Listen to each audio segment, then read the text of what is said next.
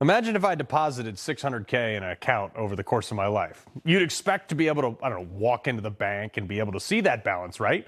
Well, in the case of Social Security, you can't.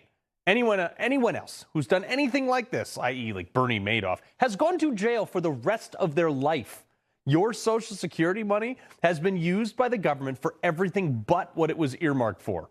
And the fact that this country is, I don't know, $35 trillion in debt means people like me at 41 will never see that.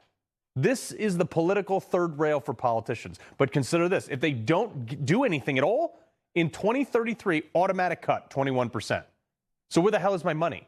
And can you guarantee that I will get it when I retire? No.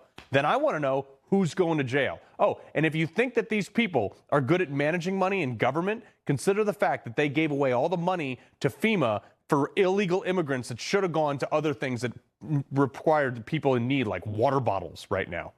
Joel Penland, Texas businessman. Sir, this is a real big problem.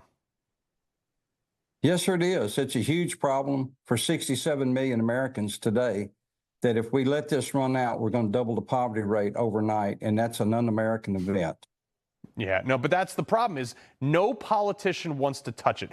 Every single politician says, you know what, we're going to kick the can down the road. They placate their voters with niceties, and then nothing ever gets done. Well, you're right. You know, when you look and you say the money's gone, where is the money?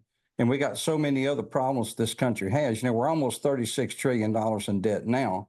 A lot of that, $8 trillion of it, is foreign lenders. Now, you think about that. We're borrowing money from people that don't like us. China, who's aligning herself with Iran and Russia, and we're borrowing money from them. Mm-hmm. And we're borrowing money for all kinds of programs today that we should not be funding money on, for other programs around the world, and we're letting America suffer.